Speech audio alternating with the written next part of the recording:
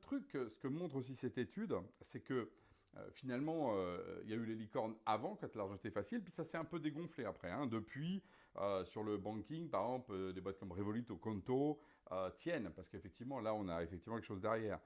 Les exilés US n'ont pas été autant sauvés que ça, donc c'est aussi la problématique. C'est pas aussi formidable, et souvent, elles sont même rachetées. Et en fait, les licornes de post-2023 sont en meilleure santé. Alors, soit parce que ça fait pas longtemps qu'on les regarde, soit surtout parce que on a commencé à être plus sage. Voilà, donc c'est sans doute aussi ce qui est intéressant. Et le contraste qui fait mal, c'est que soit avec l'Allemagne ou avec la Suède, on fait vraiment moins bien. En Suède, par exemple, 7 licornes, 7 déchus, 0 fuite.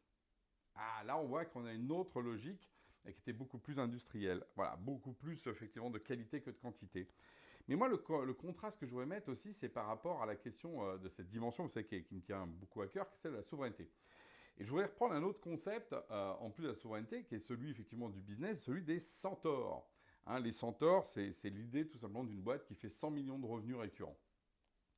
On voit bien la différence hein, entre une licorne, 1 milliard de valorisation potentielle et 100 milliards de vrais revenus récurrents. Et voilà, c'est pas du tout la même chose.